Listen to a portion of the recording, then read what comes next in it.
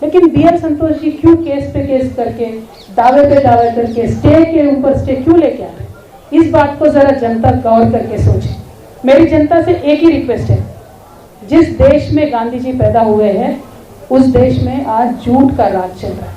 झूठ पे झूठ, झूठ पे झूठ, झूठ पे झूठ हमें बोला जा रहा है। जीडीपी के बारे में झूठ बोलते हैं, डेवलपमेंट के बारे में झूठ बोलते हैं, पार्लियामेंट के हाउस में खड़ा होकर प्रधानमंत्री झूठ बोलते हैं। क्या ये पॉलिटिक्स है? ऐसा पॉलिटिक्स चाहिए? पावर चाहिए तो जनता के पास जाओ भाई, जीतो उनका दिल। ये किस तरीके का पॉलिटिक्स है? हमें सहनशीलता का भी हद होती है। मैं भारत की जनता से इतना ही बोलना चाहती हूँ कि वन नेशन वन फ्रंट का सरकार को आप मौका मत दीजिए।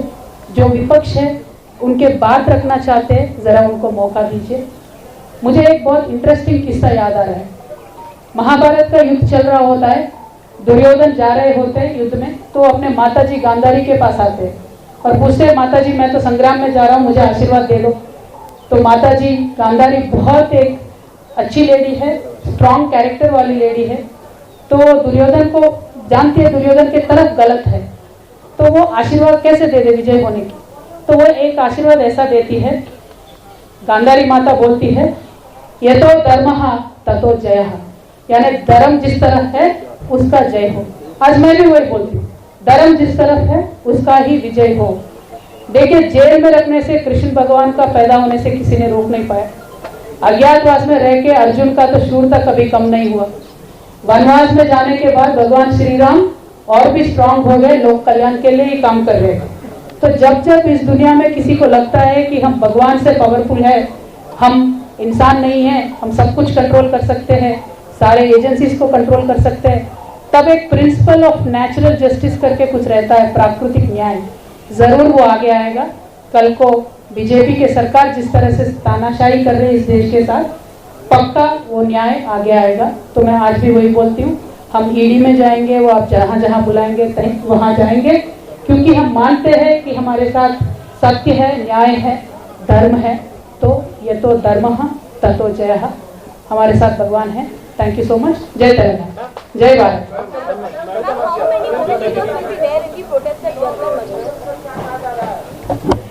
देखिए, पूरे देश से 29 स्टेट्स में जितने भी ऑर्गेनाइजेशंस हैं, हमने उन सबको, वुमेन रिजर्वेशन पे जितने भी फाइट किए उन सबको बुलाया है। लकीली उन सब ने एक्सेप्ट भी किया है। तो at least 500 to 600 people will sit on the hunger strike, but the attendance will be much more. More than 6,000 people have confirmed that they will join us. More than 18 parties have confirmed that they will join in the protest. Congress president Sonia Gandhi, जिनका आपने जिक्र किया अपने press conference में, क्या उनको भी आपने बुलाया है और क्या वो आएंगी? मैम, सोनिया जी बहुत बड़े लीडर है। मैं तो छोटी एमएलसी हूँ, first time MP, second time MLC. Bharat जागृति जो हमारा एनजीओ है, उसके तरफ से जो हम एजिटेशन ये कर रहे हैं महिला आरक्षण के लिए, हमने सारे पार्टी से रिक्वेस्ट किया है कि आप अपने रिप्रेजेंटेटिव भेज दीजिए। हमने मल्लिकार्जुन खड़गे सर से, केसी वेणुगोपाल सर से हमने रिक्वेस्ट किया है। तो कांग्रेस से वो अपने जो भी रिप्रेजेंटेटिव भेजेंगे वो आएंगे, मुझे नहीं पता कौन आएंगे। क्या आप और अरुण पिल्लई को जानती हैं? क्योंकि इनकी शायद ईडी को लेकर के आपसे सवाल करने वाली है, उनसे आमना सामना होगा। आपको ईडी का बहुत जानकारी है भाई, अंदर से कोई इंफॉर्मेशन आ रहा है? ईडी जो भी पूछेंगे हम उनका जवाब दे देंगे, आप टेंशन मत लीजिए। कविता जी, आप महिला आरक्षण के बहाने तमाम पार्टियों को जुटा रही हैं। कांग्रेस कहती है कि बीआरएस बी टीम है बीजेपी की, आपको बी टीम कहती है आपकी पार्टी को, और आप बीजेपी पर हमला कर रहे हैं। थोड़ा सा क्लियर कर दीजिए, क्या है सच्चाई? देखिए, एक तो बात यह है कि जब भी कोई आवाज उठाता है किसी सत्ता पक्ष के खिलाफ, तो पहले बाकी विपक्ष लोगों को लगता है कि आवाज उठाने का हक सिर्फ हमें है, तो बाकियों को अंडरमाइन करना चाहिए। तो कांग्रेस पार्टी का ये आदत है, कोई भी आवाज उठाता है बीजेपी के खिलाफ तो इमीडिएटली बोलते हैं ये बी टीम है, सी टीम है। लेकिन आज कांग्रेस की हालत अगर आप देखेंगे तो पूरे देश में सिर्फ और सिर्फ उनका एक बड़ा रीजनल पार्टी का दर्जा रह गया और कुछ नहीं है। They are not a national party anymore. अगर उनका ऐसा कुछ भ्रम है उसको छोड़ना चाहिए, वो भ्रम से बाहर निकल के आके कांग्रेस पार्टी को स्ट्रांग बनाने के लिए सोचना चाहिए, in the interest of the country, not in Congress parties interest. And जहाँ जहाँ स्ट्रांग रीजनल पार्टी से उनसे अलाइन करना चाहिए। अगर सही में कांग्रेस पार्टी चाहती है कि भारतीय जनता पार्टी को 2024 में हराए, तो they should leave their arrogance, they should come down, they should become a team player, they should work with all the parties to make sure BJP loses the next election. तब उनको पता चलेगा कौन B team है, कौन ए team है, कौन क्या टीम है। अगर हम बीजेपी के बी टीम होते तो आज ईडी ऑफिस में नहीं होते ना भाई, हम तो आराम करते होते।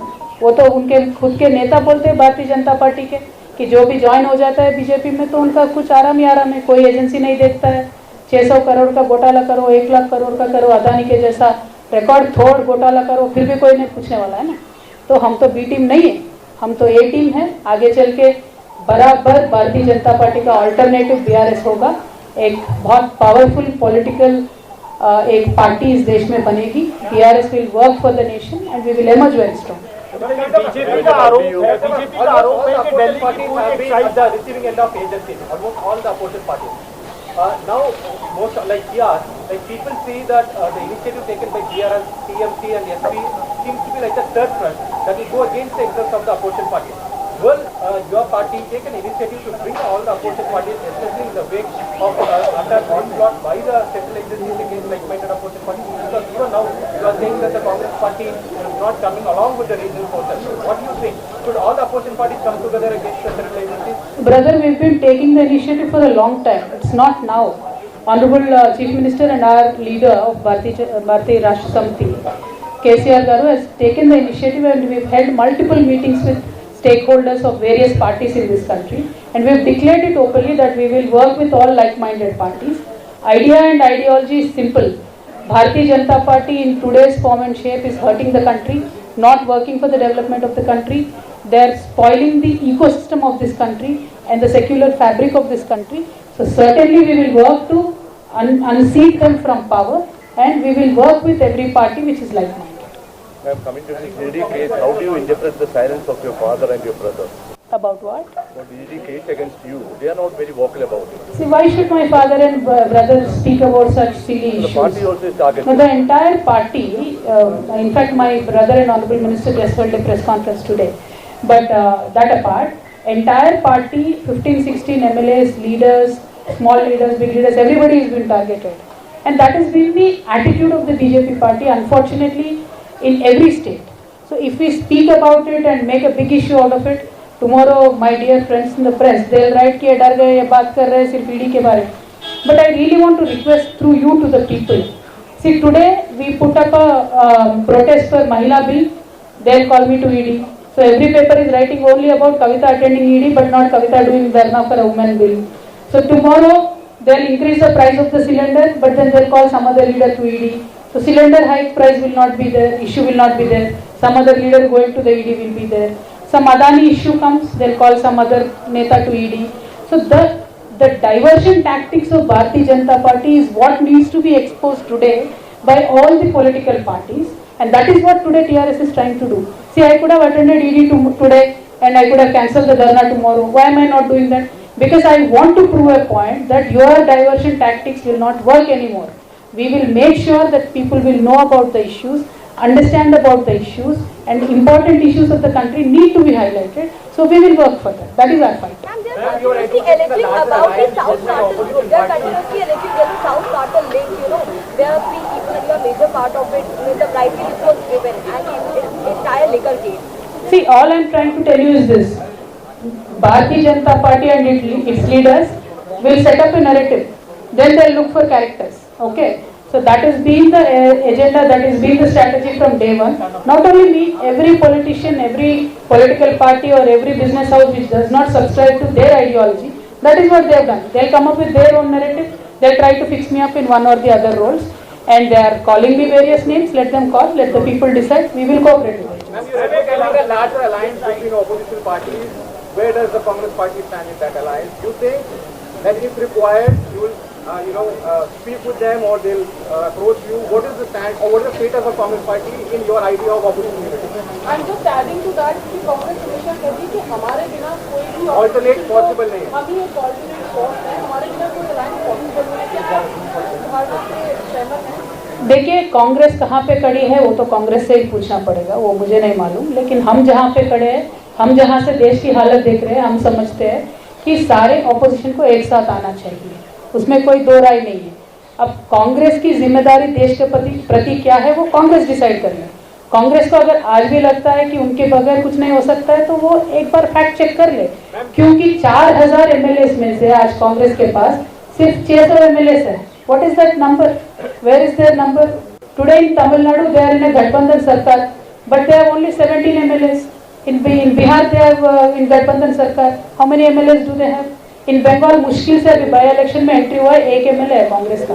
See the point is for me to not gun down the opposition. Point is we should get united. But then who should make that effort?